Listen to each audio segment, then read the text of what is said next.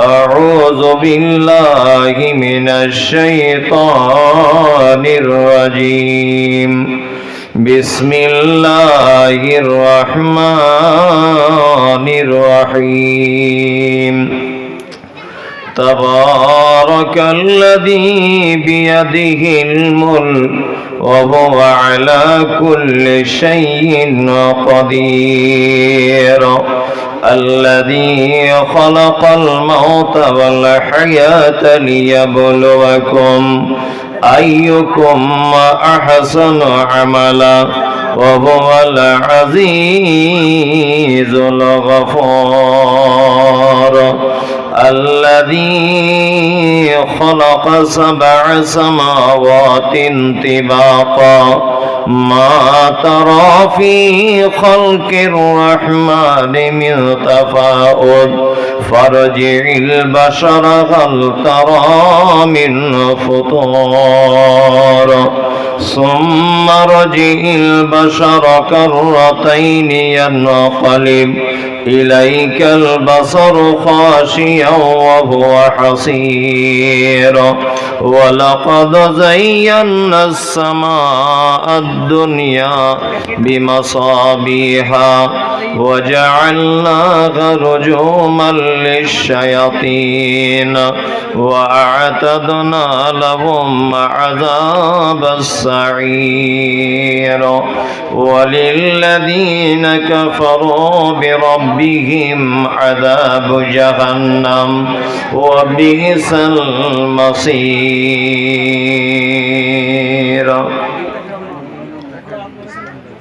কবর কবর কবর গায়রে কবর গাহের মাটি দুনিয়ারে মায়ার পিছনে তোমারে জেনেছি খাঁটি তুমি কবে হায় ডাক দিবে মোরে তোমারি শীতল কোলে ঘুমাইয়া পড়িব তোমারি বক্ষে চিরজনমের মায়া ভুলে রবে না সেদিন পিতার আদর মায়ের স্নেহের কোল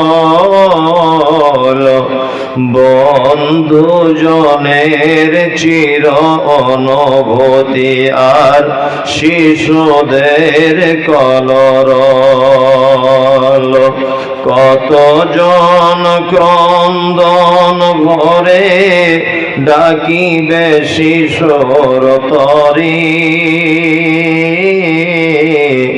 কত অসুর ঝরিবে সেদিন সবার নয়ন পড়ে এসেছ একা যাইবে একা সঙ্গে কেউ তোর যাইবে না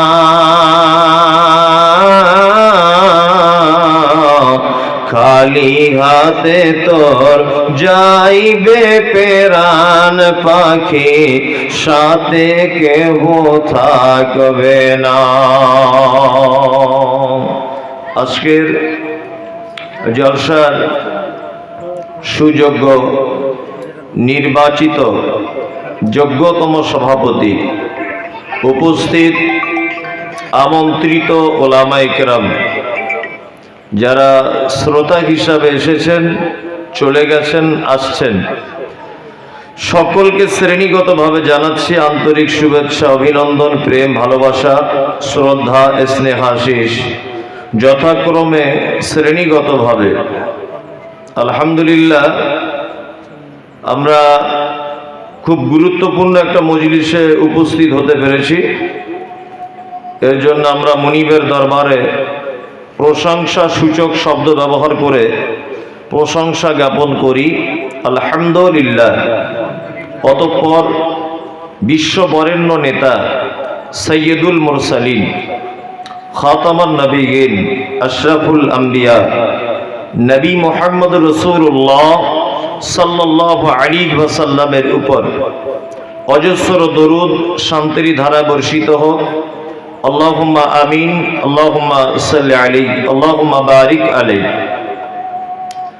আমি পবিত্র গ্রন্থ মুকুট আল কুরআনুল কারীমের একটি সূরার বেশ কয়েকটি আয়াত আপনাদের সামনে তেলাওয়াত করেছি।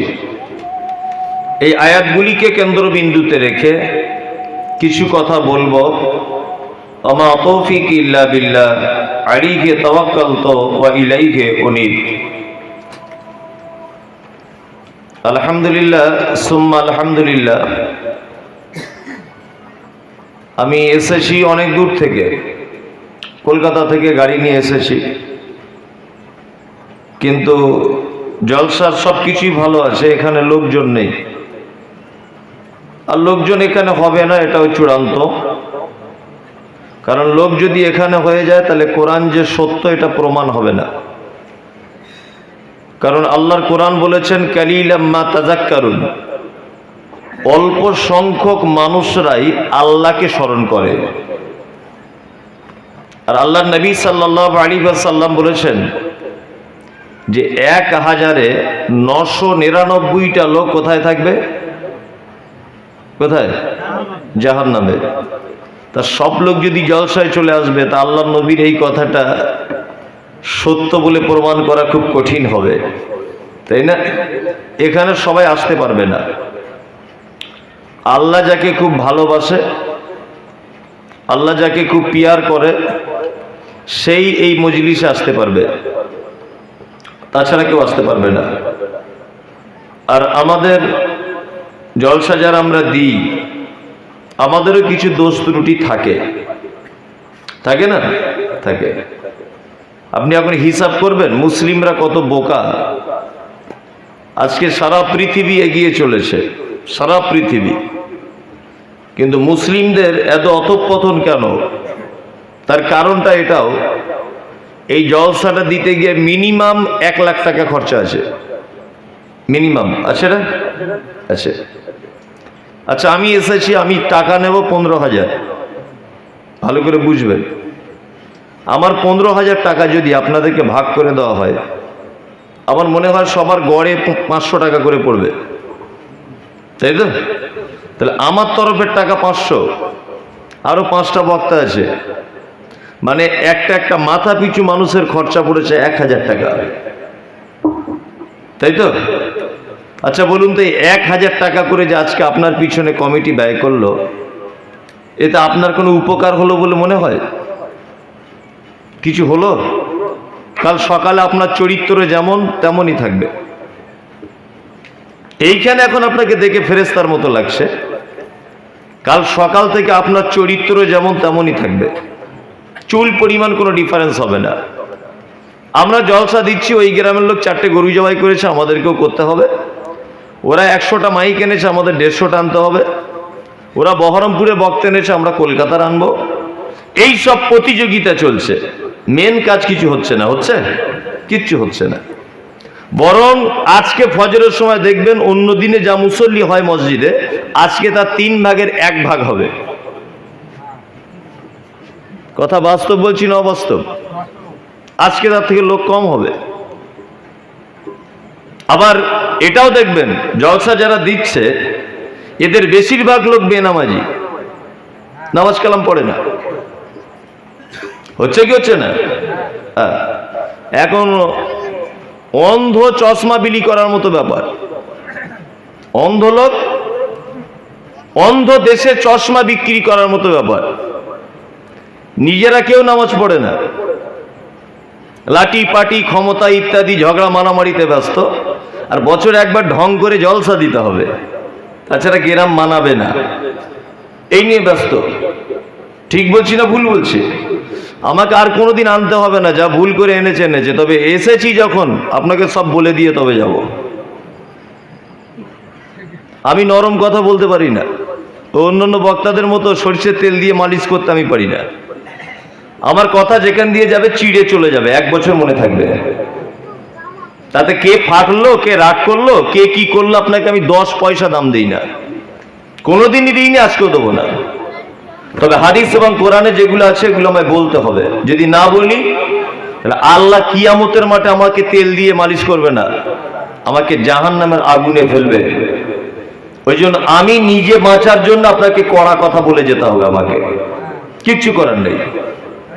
যারা জলসা দিয়েছে বা কমিটির লোক, এখানে একজনে কেউ আছে হাত তুলুন তো যে আমরা জলসা দিয়েছি। ওরা জীবনে কোনোদিন জলসা শোনে না, শোনে? ওরা কোনোদিন জলসা শোনে না। ওরা ভেবেছে চাঁদা তুলেছি আর দায়িত্ব নিয়ে বক্তাদের খাইয়ে দিয়েছি, টাকা পয়সা দিয়ে দিয়েছি, প্যান্ডেল মাইকের টাকা মিটিয়ে দিয়েছি, আমরা মনে হয় বেঁচে যাব। কখনোই নয়, বাঁচার কোনো রাস্তা নেই। আমি পবিত্র আল কোরআনের সূরায়ে আপনার মুলক, এই সূরায়ে মুলকটা আপনাদের সামনে তেলাওয়াত করেছি। এই সূরা মুলকের ভিতর আল্লাহ সুবহানাহু ওয়া তাআলা কি বলছেন, এই সব ব্যাপারগুলোতে একটু ব্যাখ্যা বিশ্লেষণ করে আমার বক্তব্য শেষ করব। ওয়া তাওফিক ইল্লা বিল্লাহ, আলাইহি তাওয়াক্কালতু ওয়া ইলাইহি উনীব। তবে সোশ্যাল মিডিয়াতে আমাকে যেভাবে বক্তব্য শুনেছেন ওইভাবেই হবে, তার ব্যতিক্রমী কিছু হবে না। আমি বেশি সুরসারও দিই না, এটা আপনারা দেখেছেন। আমার একটা কাটা কাটা কথা, যে মাঝে সাঝে একটু সুর করে বলি, আর বেশিরভাগ কাটা কাটা কথা। কাটা কাটা কথাতেই শুনুন, আপনার আমি ক্ষতি করব না, আপনার উপকার করেই যাব ইনশাআল্লাহুল আজিজ।